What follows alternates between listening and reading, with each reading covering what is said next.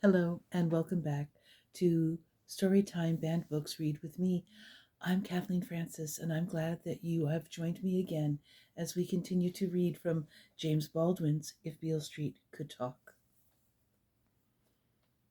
And the baby starts kicking, waking me up at night. Now that Mama is in Puerto Rico, it is Ernestine and Joseph who keep watch over me. I am afraid to quit my job because I know we need the money. This means that I very often miss the 6 o'clock visit. It seems to me that if I quit my job, I'll be making the 6 o'clock visit forever. I explain this to Fonny, and he says he understands, and in fact he does. But understanding doesn't help him at 6 o'clock. No matter what you understand, you can't help waiting for your name to be called or to be taken from your cell and led downstairs. If you have visitors, or even if you have only one visitor, but that visitor is constant, it means that someone outside cares about you, and this can get you through the night into the day. No matter what you may understand and really understand, and no matter what you may tell yourself, if no one comes to see you, you are in very bad trouble, and trouble here means danger. Joseph puts it to me very squarely one Sunday morning. I have been more than usually sick that morning, and Joseph has had to tend to me because Ernestine has a rush job at the home of the actress. I cannot imagine what this thing inside of me is doing, but it appears to have acquired feet. Sometimes it is still for days on end, sleeping perhaps, but more probably plotting its escape. Then it turns, beating the water, churning, obviously becoming unspeakably bored in this element and wanting out. We are beginning to have a somewhat acrid dialogue. This thing and I, it kicks, and I smash an egg on the floor. It kicks, and suddenly the coffee pot is upside down on the table. It kicks, and the perfume on the back of my hand brings salt to the roof of my mouth, and my free hand weighs on the heavy glass counter with enough force to crack it in two. God damn it, be patient. I'm doing the best I can. And it kicks again, delighted to have elicited so furious a response. Please be still. And then, exhausted, or as I suspect, merely cunning, it is still, having covered my forehead with sweat, and having caused me to vomit up my breakfast and go to the bathroom uselessly about 4 or 5 times. But it really is very cunning. It intends to live. It never moves while I am riding the subway or when I am crossing a crowded street. But it grows heavier and heavier.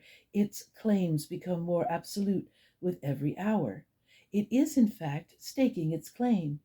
The message is that it does not so much belong to me, though there is another, gentler kick, usually at night, signifying that it has no objection to belonging to me, that we may even grow to be fond of each other, as I belong to it. And then it hauls off again like Muhammad Ali, and I am on the ropes. I do not recognize my body at all. It is becoming absolutely misshapen. I try not to look at it because I simply do not recognize it. Furthermore, I sometimes take something off in the evening and have difficulty getting back into it in the morning. I can no longer wear high heels. They distort my sense of balance as profoundly as one's vision is distorted if one is blind in one eye. I have never had breasts or a behind, but I am beginning to have them now. It seems to me that I am gaining weight at the rate of about 300 pounds an hour, and I do not dare speculate on what I will probably look like by the time this thing inside of me finally kicks itself out. Lord! And yet we are beginning to know each other, this thing, this creature, and I, and sometimes we are very, very friendly. It has something to say to me, and I must learn to listen, otherwise I will not know what to say when it gets here. And Fanny would never forgive me for that. After all, it was I who wanted this baby more than he, and at a depth beneath and beyond all our troubles, I am very happy. I can scarcely smoke at all any more, it seemed. To that, I've acquired a passion for cocoa and doughnuts, and brandy is the only alcohol which has any taste at all. So, Ernestine casually brings over a few bottles from the actress's house. She'll never miss them, baby, the way they drink. On this Sunday morning, Joseph serves me my third cup of cocoa, the previous two having been kicked right back up, and sits down at the table before me, very stern. Do you want to bring this baby here or not?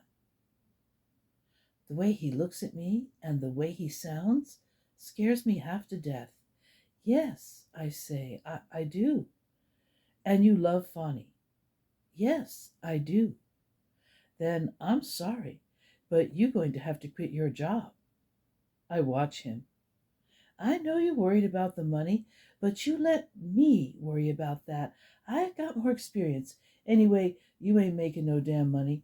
All you're doing is wearing yourself out and driving Fonny crazy. You keep on like you're going to lose that baby. You lose that baby, and Fonny won't want to live no more. And you'll be lost, and then I'll be lost. Everything is lost. He stands up and walks to the window, his back to me. Then he faces me again. I'm serious, Tish. I say, I know you are. Joseph smiles. Listen, little girl, we got to take care of each other in this world, right? Now, there are some things I can do that you can't do. That's all. There's things I can do that you can't do, and things you can do that I can't do. Just like I can't have your baby for you. I wish if I could. There's nothing I wouldn't do for you. You know that. And he watches me, still smiling. Yes, I know that. And there are things you can do for Fonny that I can't do, right? Yes. Joseph walks up and down the kitchen. Young folks hate to hear this. I did when I was young, but you are young. Child, I wouldn't lose neither one of you for all the goddamn coffee in Brazil, but you young. Fonny ain't hardly much more than a boy, and he's in trouble no boy should be in. And you all he's got, Tish. You are all he's got. I'm a man, and I know what I'm talking about. You understand me? Yes. He sits down again before me. You got to see him every day, Tish, every day. You take care of Fonny. We'll take care of the rest. All right? All right. He kisses my tears. Get that baby here safe and sound. We'll get Fonny out of jail, I promise. Do you promise? I smile and I say, yes, I promise.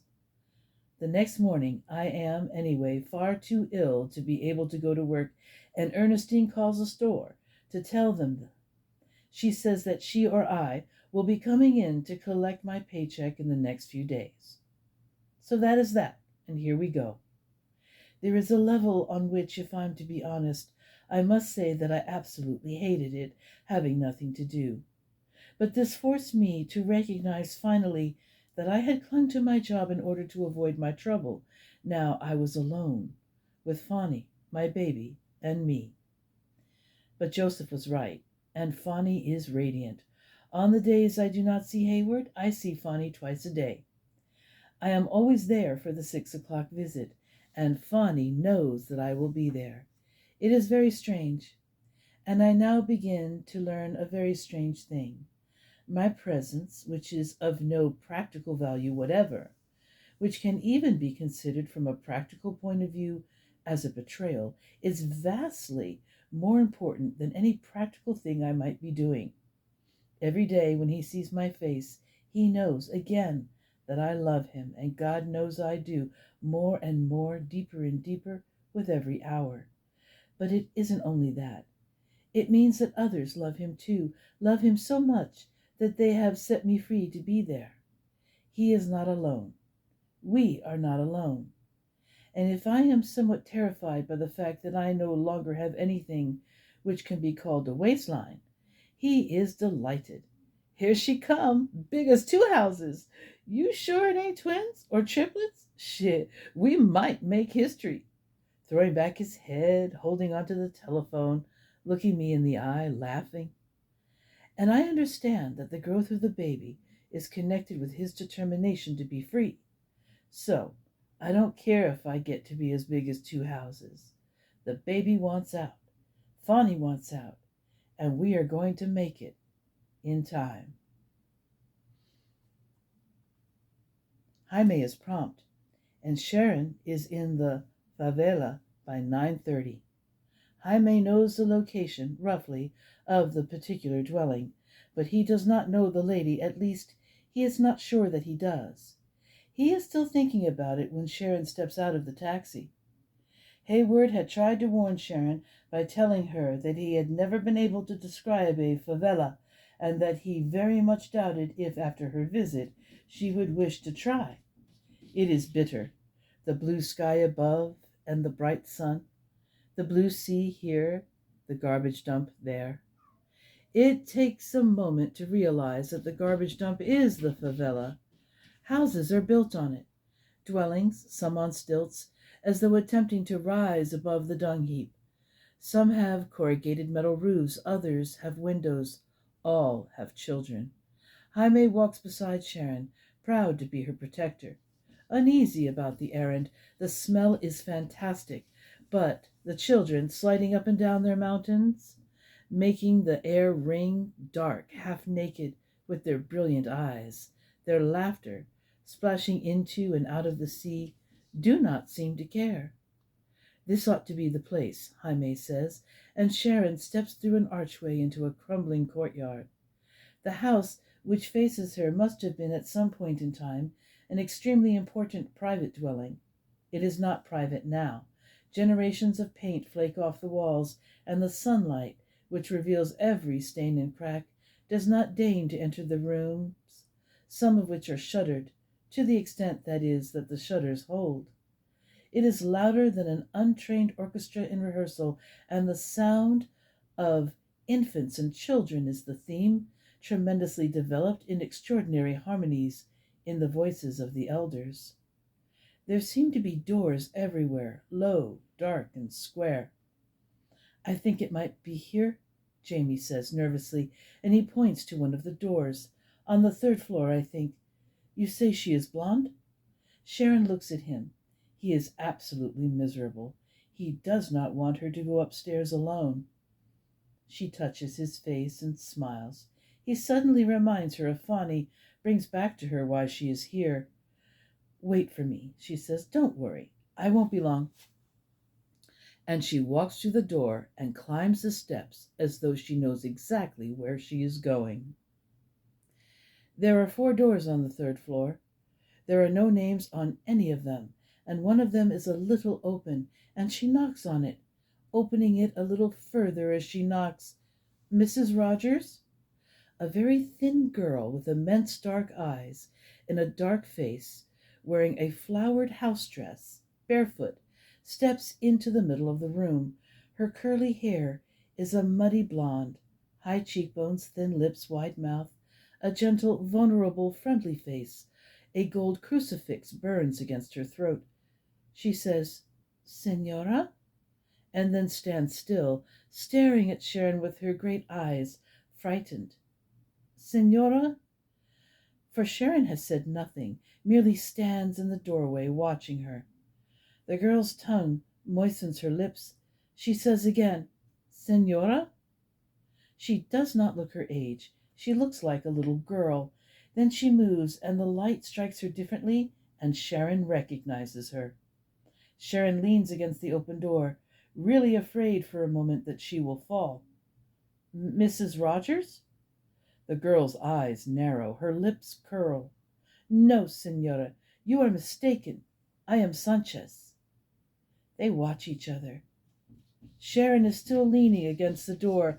The girl makes a movement toward the door as though to close it, but she does not wish to push Sharon. She does not want to touch her. She takes one step. She stops. She touches the crucifix at her throat, staring at Sharon. Sharon cannot read the girl's face. There is concern in it, not unlike Jaime's concern. There is terror in it, too, and a certain covered, terrified sympathy. Sharon, still not absolutely certain that she can move, yet senses that whether she can move or not, it is better not to change her position against the open door. It gives her some kind of advantage.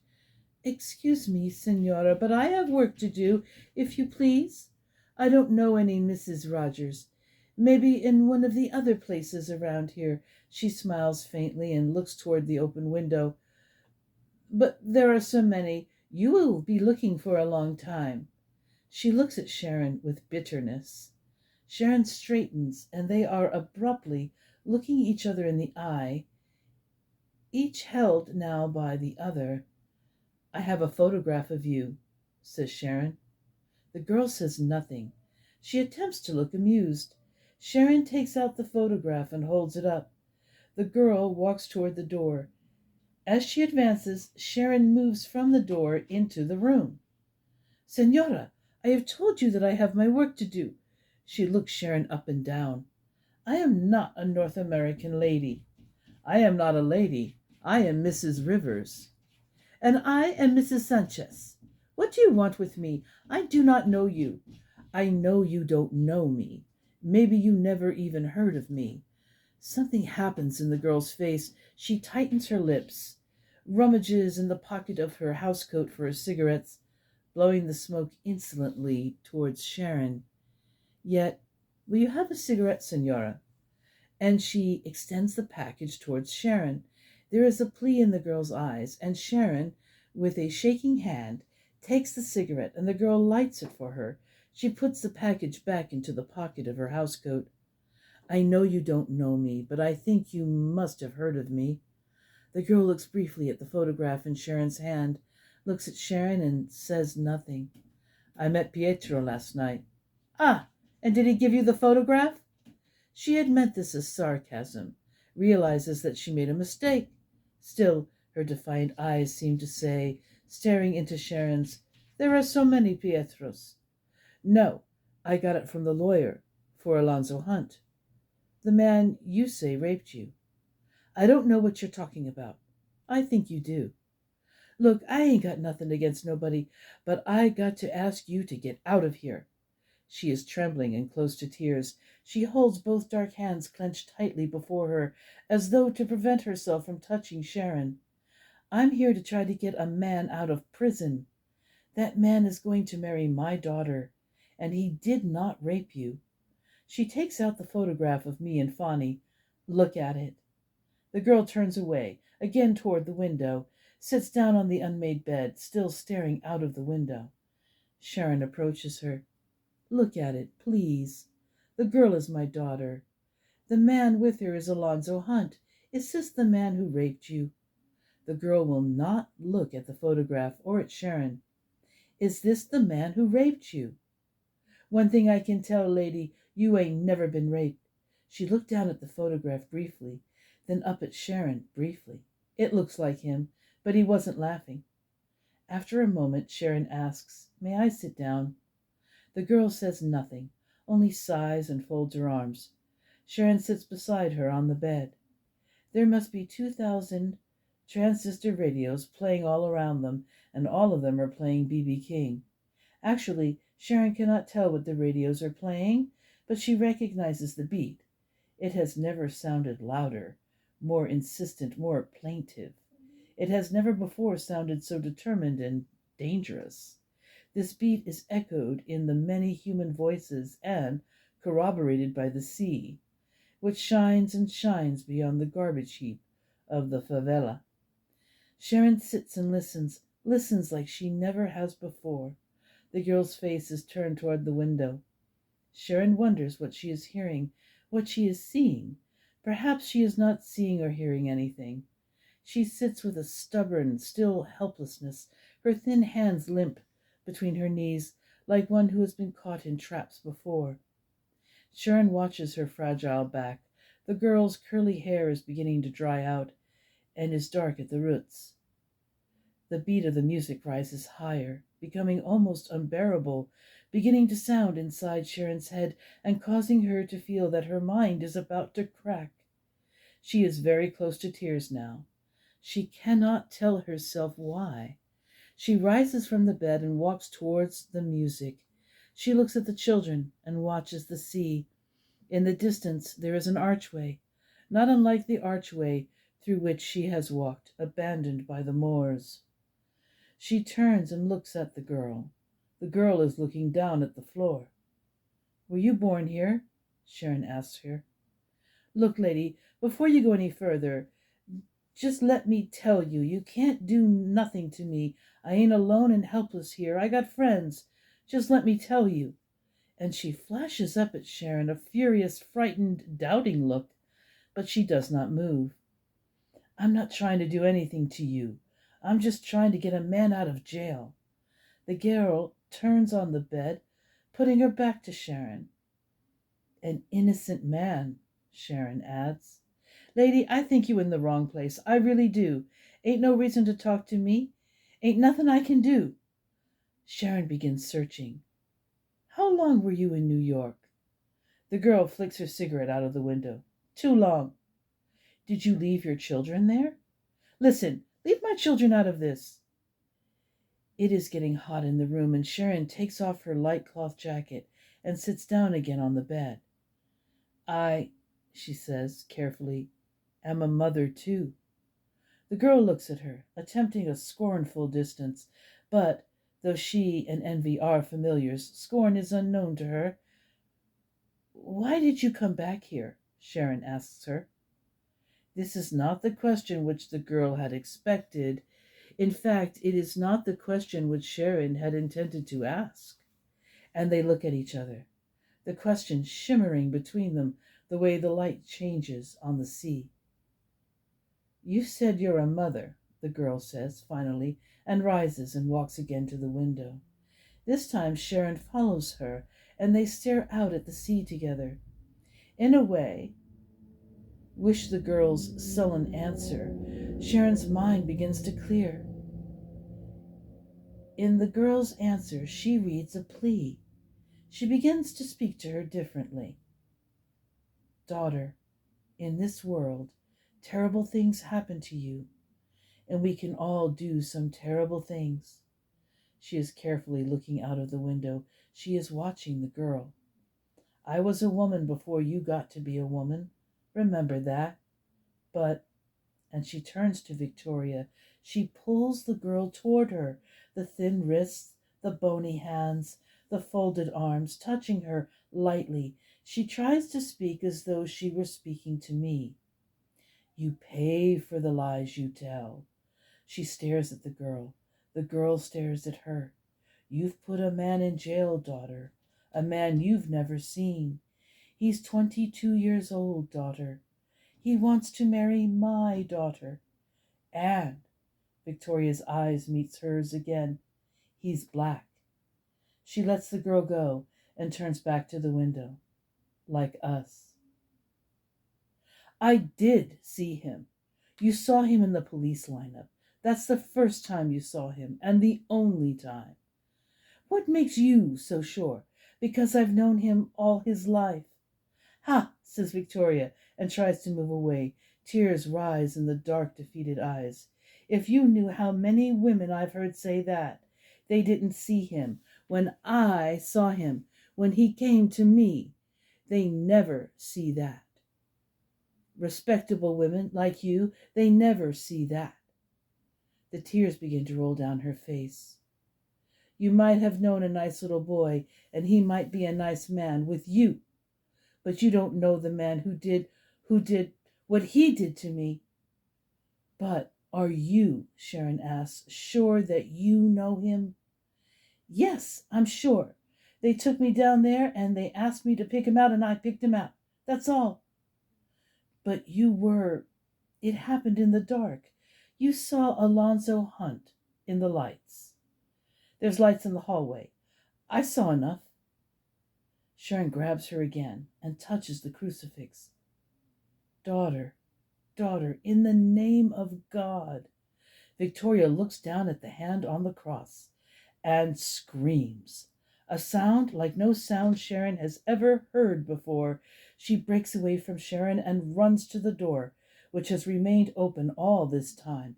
She is screaming and crying, "Get out of here! Get out of here! Doors open. People begin to appear. Sharon hears the taxi horn. 1-2, 1-2, 1-2-3, 1-2-3. Victoria is now screaming in Spanish. One of the older women in the hall comes to the door and takes Victoria in her arms. Victoria collapses, weeping, into this woman's breasts, and the woman, without a look at Sharon, leads her away. But everyone else gathering is staring at Sharon, and now the lonely sound Sharon hears is the horn of Jaime's taxi. They are staring at her clothes. There is nothing she can say to them. She moves into the hallway, toward them. Her light summer jacket is over her arm. She is holding her handbag. She has the photograph of Fonny and me in one hand. She gets past them slowly, and slowly gets down the staring stairs. There are people on every landing. She gets out of the courtyard, into the street. Jaime opens the taxi door for her. She gets in. He slams the door, and without a word, he drives her away. In the evening, she goes to the club, but the doorman informs her Senor Alvarez will not be there this evening, that there are no tables for single women, and that, anyway, the club is full.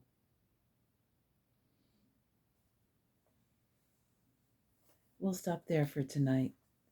I beg your pardon, but some of the drama you heard was Cleo wanting back into the room. Nonetheless, I'm glad that you were able to join me, and I look forward to reading for you again. Good night.